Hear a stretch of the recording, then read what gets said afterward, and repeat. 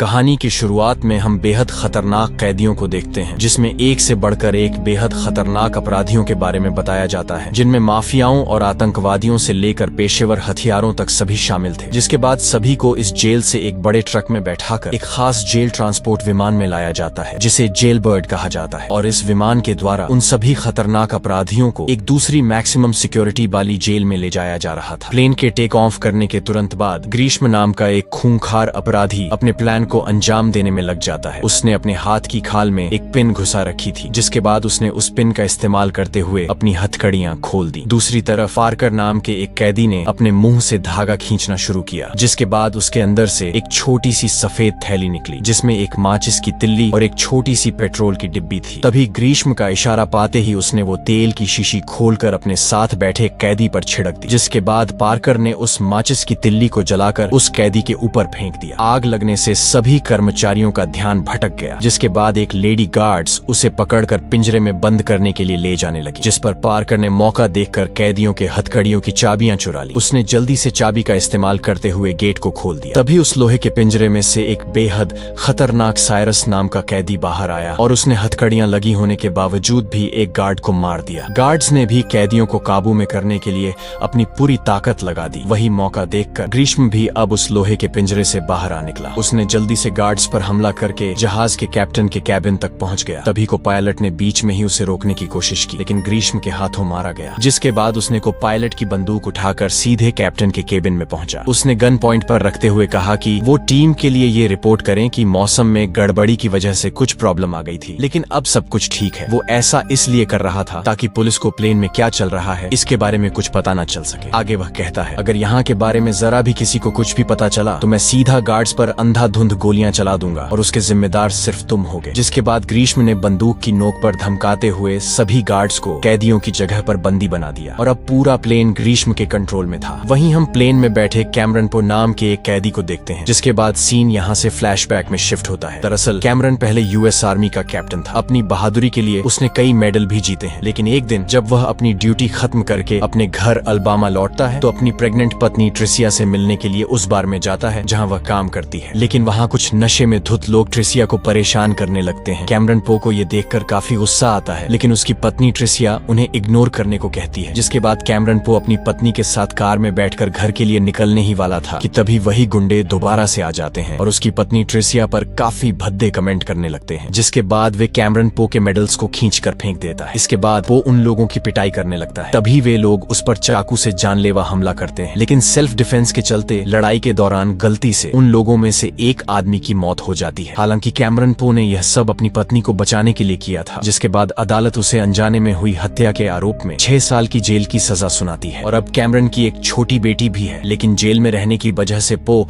अपनी बेटी से कभी मिल नहीं पाया था, लेकिन उसकी बेटी उसके लिए लेटर भेजती रहती है, जिससे पढ़कर वह हमेशा खुश रहता है। जिसके बाद एक दिन कैमरन के अच्छे बर्ताव होने की वजह से उसकी सजा को कम करके जल्दी ही रिहा कर दिया गया। जिसके बाद उसे उसी प्लेन में बैठा दिया जहां देश के सबसे खतरनाक अपराधियों को ले जाया जा रहा था। जिसके बाद ग्रीष्म ने सभी कैदियों की हथकड़ियां खोलने का आदेश दिया, लेकिन हथकड़ी खुलते ही एक कैदी ने अपने पैर में छुपी हुई बंदूक निकाली और ग्रीष्म के एक खास आदमी को पकड़कर गन पॉइंट पर ले लिया। दरअसल वह आदमी एक अंडरकवर पुलिस वाला था जो उन कैदियों के बीच था। तभी पो उसे समझाने की कोशिश करते हुए कहता है कि हम लोग तुमसे तादाद में बहुत ज्यादा हैं और हमसे उलझने का कोई फायदा नहीं है, लेकिन वो नहीं माना और बदकिस्मती से ग्रीष्म के हाथों मारा गया। इसके बाद ग्रीष्म के कहने पर हवाई जहाज को एक दूसरी जेल में उतारा गया, जहां कुछ गार्ड्स के बदले एक बहुत बड़े गैंगस्टर के बेटे को अपने साथ ले लिया और इसके बाद उन्होंने एक और बूढ़े कैदी को अपने साथ ले लिया जो प्लेन उड़ना जानता था। उसने जल्द ही जहाज के कैप्टन की जगह ली और प्लेन का रेडियो ट्रांसपोंडर बाहर फेंक दिया ताकि उनका एयरलाइन वालों से किसी तरह का कोई कनेक्शन ना हो। जिसके बाद ग्रीष्म ने एक एयरफील्ड पर मौजूद गार्ड को गोली मार दी और जेल में एक बम लगा दिया, जिसके फटने पर कई लोगों की जान चली गई। इसके बाद उनका जहाज एक बार फिर से आसमान की ऊंचाइयों को चीरता हुआ उड़ने लगा, लेकिन इसी बीच वो काफी ज्यादा परेशान हो गया क्योंकि वो किसी तरह से पुलिस को इस बारे में बताना चाहता था। जिसके बाद वो ग्रीष्म के पास गया और उससे प्लेन की लोकेशन के बारे में पूछने लगा कि हम किस तरफ जा रहे हैं। तभी अचानक मंजिल की ओर जाते हुए उनका प्लेन नीचे की ओर जाने लगा। तभी ग्रीष्म ने पो को इसके बारे में पता लगाने को कहा। दरअसल एक गार्ड की डेड बॉडी जहाज के व्हील में फंस गई थी। पो ने उसकी शर्ट पर हवाई जहाज के बारे में जरूरी जानकारी लिखी और नीचे फेंक दिया। वो डेड बॉडी जाकर सीधे एक गाड़ी पर गिरी, जिसकी वजह से बहुत सारी गाड़ियां आपस में टकरा गईं। उसकी टी शर्ट पर लिखी जानकारी को पढ़ने के बाद पुलिस ने यूएस मार्शल विंस को सारी घटना के बारे में बताया, जिसके बाद विंस तुरंत गाड़ी लेकर उस जगह की तरफ निकल पड़ा जहां पर ग्रीष्म का जहाज लैंड करने वाला था। उधर स्टोरेज एरिया में एक कैदी को पो की रिहाई का लेटर मिला। वो समझ गया कि पो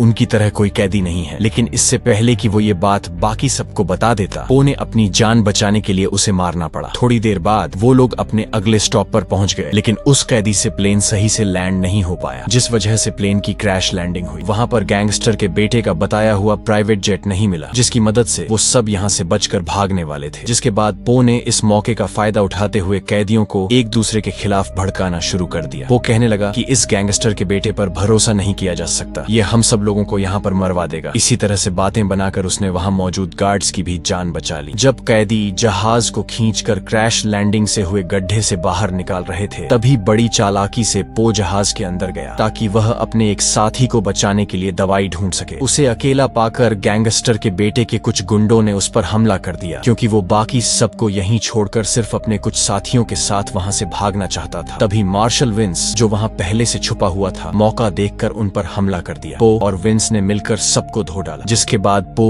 वहां फंसे गार्ड्स और अपने दोस्तों को छोड़कर नहीं जाना चाहता था, इसीलिए उसने वापस बेस में जाने का फैसला किया। दूसरी तरफ उड़ते धुएं को देखकर कैदी समझ चुके थे कि जल्द ही पुलिस वहां आने वाली है। यह देखकर गैंगस्टर का बेटा वहां छुपे प्राइवेट जेट को लेकर सबको धोखा देकर अकेला ही निकलने लगा, लेकिन वहां मौजूद मार्शल विंस भागकर उसके आगे खड़ी एक क्रेन में चढ़ गया। उसने किसी तरह उसे नीचे करके जेट को बिल्डिंग में क्रैश करवा दिया। तभी ग्रीष्म वहां पर आया और उसने धोखा देने के लिए लीक हो रहे जेट फ्यूल में जलती हुई सिगरेट फेंक दी। उसने गुस्से में गैंगस्टर के बेटे को जिंदा ही जला दिया। इसके बाद उसने सभी कैदियों को हथियार बांटकर अपनी अपनी पोजीशन लेने को कहा। ग्रीष्म की जबरदस्त प्लानिंग के साथ कैदियों ने पुलिस वालों पर हमला कर दिया। दोनों टीमों के बीच में खतरनाक लड़ाई शुरू हो गई और धीरे धीरे पुलिस का और बैकअप आने लगा, जिसके बाद ग्रीष्म समझ गया कि वो किसी भी हालत में जीत नहीं पाएंगे, इसलिए उसने सबको पीछे हटने के ऑर्डर्स दिए। उन्होंने जहाज को क्रैश के गड्ढे से बाहर निकाल लिया था। खुशकिस्मती से जहाज अब भी उड़ने की हालत में था, लेकिन पो नहीं चाहता था कि कैदी बचकर निकल जाए, जिसके बाद उसने प्लेन को एक रस्सी से बांध दिया। इसके बाद वो चुपके से स्टोरेज एरिया के अंदर गया और अपने दोस्त और कुछ गार्ड्स की जान बचाई। लेकिन आखिर एक रस्सी इतने बड़े प्लेन को क्या ही रोक पाती, और एक बार फिर से प्लेन आसमान की ऊंचाइयों में पहुंच चुका था। लेकिन ग्रीष्म को यह बात समझ नहीं आ रही थी कि पुलिस को उनके प्लान के बारे में पहले से कैसे पता चला, जिसके बाद उसने सबको धमकी दी कि जिसने भी पुलिस को उनके प्लान के बारे में खबर दी है वो सामने आ जाए, नहीं तो मैं गार्ड को गोली मार दूंगा। ये सुनते ही पो आगे आना चाहता था, लेकिन उसे बचाने के लिए उसका दोस्त सारा इल्जाम अपने ऊपर ले लेता है। लेकिन बिना कुछ सोचे ग्रीष्म ने उससे गोली मार दी। इतने ही में पुलिस का एक हेलीकॉप्टर जहाज तक पहुंचकर प्लेन पर गोलियां चलाने लगा। वहीं दूसरी तरफ पो अपने दोस्त को खोने के बाद गुस्से से बौखला गया और एक के बाद एक गुंडों की बेरहमी से पिटाई करने लगा। पो उन गुंडों को मारते हुए पायलट के केबिन में गया और उसने जबरदस्ती एक शहर के पास प्लेन उतारने को कहा, लेकिन हवाई जहाज का एक इंजन बुरी तरह से डैमेज होने की वजह से पायलट को शहर के अंदर ही इमरजेंसी लैंडिंग करनी पड़ी और पुलिस पहले ही उनका इंतजार कर रही थी। प्लेन के लैंड होते ही पुलिस ने उन्हें चारों तरफ से घेर लिया। बहुत सारे कैदी पकड़े गए। हालांकि इस सब का मास्टरमाइंड ग्रीष्म उनमें नहीं था। पता चला कि प्लेन के लैंड होते ही ग्रीष्म अपने दो साथियों के साथ एक आग बुझाने वाली गाड़ी में छुपकर भाग निकला। पो और यूएस मार्शल विंस मोटरसाइकिल पर उनका पीछा करने लगे। अब ग्रीष्म भी उन्हें रोकने के लिए पानी से हमला करने लगा। मौका देखकर पो ने फायर ट्रक पर छलांग लगा दी और उसने गाड़ी की सीढ़ी को पकड़ लिया। उसकी बाइक ट्रक के पिछले हिस्से से टकराकर ब्लास्ट हो गई, जिसके चलते धमाके में ग्रीष्म का एक आदमी मारा गया। इसी वक्त ग्रीष्म पो को नीचे गिराने की पूरी कोशिश कर रहा था। तभी अचानक एक धमाका हुआ, जिससे ग्रीष्म उछलकर अंडर कंस्ट्रक्शन फैक्ट्री की कन्वेयर बेल्ट में जा गिरा। बदकिस्मती से वहां कुछ तकनीकी गड़बड़ी होने की वजह से वो एक भारी चीज के नीचे दबकर मारा गया। आखिरकार एक लंबी लड़ाई के बाद कैमरन पो अपने परिवार से मिला, जिसका उसे बेसब्री से इंतजार था। जिसके बाद उसकी बेटी पास आई और अपने पिता से लिपट गई। और इसी हैप्पी सीन के साथ ये मूवी यहीं पर खत्म होती है। तो दोस्तों, इसी के साथ वीडियो को लाइक करके हमारे चैनल को सब्सक्राइब करना ना भूलें।